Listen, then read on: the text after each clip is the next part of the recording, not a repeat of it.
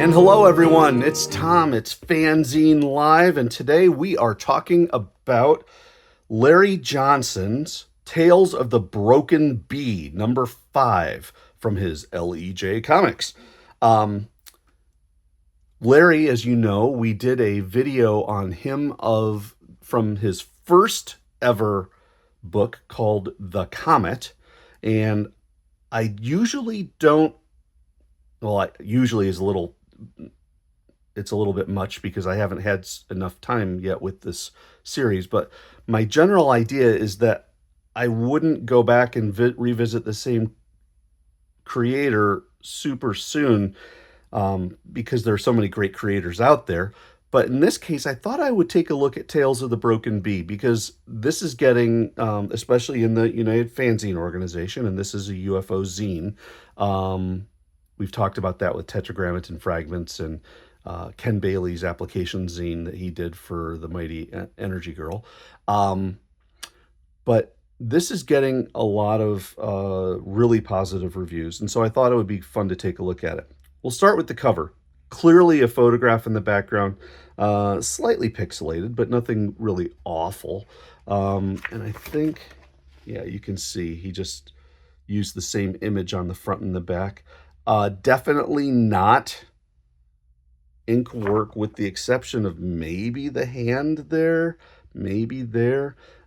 He's using either markers or paint, it looks like, and then just superimposed over the wooded background, which is neat because it's a swamp, and you'll see as the book goes on that that's an issue.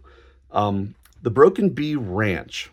I'm going to read this little introduction up here, not this whole bit, but it does say, the Broken Bee Ranch seems to be a magnet for strange experiences. In fact, the surrounding landscape seems to harbor many secrets and mysteries.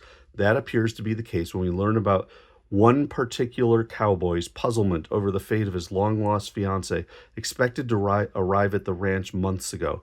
That is the premise of this issue's tale, Nina. Again, issue 5. So we've got kind of a cowboy type series. This is a wonderful piece talking about cowboys, and in this case, he quoted former President Teddy Roosevelt. It's a fun read about going through the Badlands. I'm going to leave that out just in the interest of time.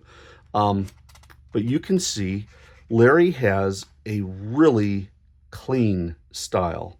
And if you think back to the Comet, you will see that it is basically more fully honed, but he is remarkably consistent.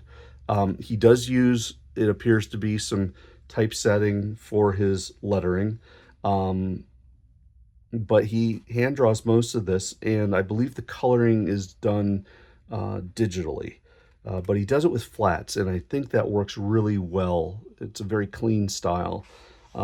So anyway, you can see he's got his characters. Look at the wonderful layouts that he's got. Very simple, very clean, not over the top,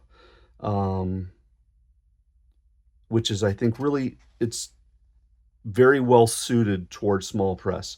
There are a few people, and I'm looking off camera at a copy of the, well, here, I'll just bring it over real quick. The Midnight Double Feature had some really neat layouts. I think that, and it's just my opinion, simplicity and clarity is much more important than radical experimentation. And Larry kind of goes that route. But he's very consistent. This character, you can see, has blue eyes. This one has almost a red-brown eye look. You've got a character later on who's got green eyes. Very clear. He's got some ideas about this swamp that he's got. Nice little action sequence. And what this really is a love story between the main character here and Nina, or it's Billy, I think is his name, Billy and Nina. Larry has the same facial styles. You know, his eyes all look the same, his characters largely look the same, but he's smart in changing the hairstyles, changing the eye colors. He keeps the outfits generally the same. The man in black is always the man in black. And it helps that consistency and simplicity pays off as you read through, because it's automatic that you recognize who the characters are. The Native American gentleman coming and bringing some stuff, bringing some mushrooms, and knowing, of course, the smart funguses that aren't going to kill you. And then look who shows up. Nina, who has been gone for months and months. And I think there was a point back there he was saying, yeah, he gave her a fancy necklace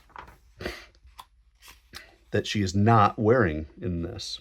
And so the Native American says, I sense something is amiss here. I would advise caution.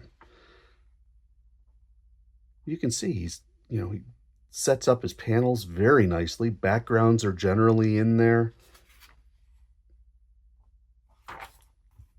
It's a nice, clean story. I like how he does his flashbacks in kind of a pastel-y type color. He does use pastels a lot. Larry loves his pastels. I have encouraged him over time, and I don't know if other people have. Oh yeah, Nina with the green eyes. I have encouraged him to go with slightly bolder colors, which he has done. He's put in some blues and some greens and some his darker reds, but he does love his pastels. And I think he's found a really nice happy medium with that. Nice work with the hair.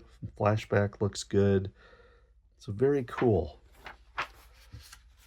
And so Nina is enticing Billy to go off to Dead Man's Swamp, which was way back at the beginning. I'm not going to go too deep into it, but nice dramatic structure building up. See the contrasts in colors. The pastels on the dark green work really well. And the pastels on the bright blue as well. Anyway, it's, looks like she's in bad shape. It's a really nice story. Very nice. And then he's got some of his mail, and then the UFO checklist. This is a very high quality book. Larry Johnson does a great job making comics. And I can suggest that he has a price of $6.50, postage paid. You're really not going to go wrong. And he's consistently one of the best small press comic creators out there. And his library is so vast. He is just an incredibly productive man. Tales from the Broken Bee, number 5. Great story. Larry is a rock solid storyteller. You will enjoy this book. That's it, everybody. And and the construction of the book is also great as well. So that's it. Tales of the Broken Bee, number 5. Nice recommendation, I hope. Enjoy. Have a good one. Catch you next time. We've taken a look at Tetragrammaton Fragments in the past. We looked at the last issue, number 275, which had all the wonderful tributes to Larry Blake. This is a more standard issue. You've got a new member coming, Ken Bailey. Again, Tetragrammaton Fragments is the United Fanzine Organization newsletter. It has columns and reviews and the like. But the thing that I find really fun about this particular one is John Muller did the cover, and John used our character, his and my character, that's going to be showing up in Planet Comics number 30 from Antarctic Press, going on sale on August 28th, 2004. So this is a bit of a tease, and it actually works out really well. He's smart to have thought up that idea. And so you can see we've just got some nice reviews. Got some mentions on Strange Times, number 5. Got some, oh, there's the Planet Comics cover from John. Then we have Fanzine 2 mentioned in here, but everybody's got what they want to say. And yeah, there's my stuff I do going to Mass. But you can see we've got all sorts of goodies in here. Always a good read. Nice to see the information and opinions of some of the nicest guys in the small press on a regular basis here in Tetragrammaton Fragments. Ian Shires has revived his Time Traveler miniseries from Dime Store Productions. Very nice of him to put a guide to the characters in the front. The art is pretty standard for Ian. He has been doing this since the mid-'80s, and it's very consistent. I like how his characters pretty much stay the same. And I do like the color. It looks like it may have been photocopied. Very nicely done. Then he has a desire for some letters, which of course he says he's probably received letters for the past issue, but so much time has lapsed he has no idea where any might be. Then he goes in and has a second story, which is nice. I actually like the brighter colors better. I think it works with this simple style. Sells back issues, every single back issue of Time Traveler, back to, I think he said 1987, in the UFO checklist, and he's looking for an artist for his all-time classic, Dungar the Barbarian. So, Time Traveler, number 24.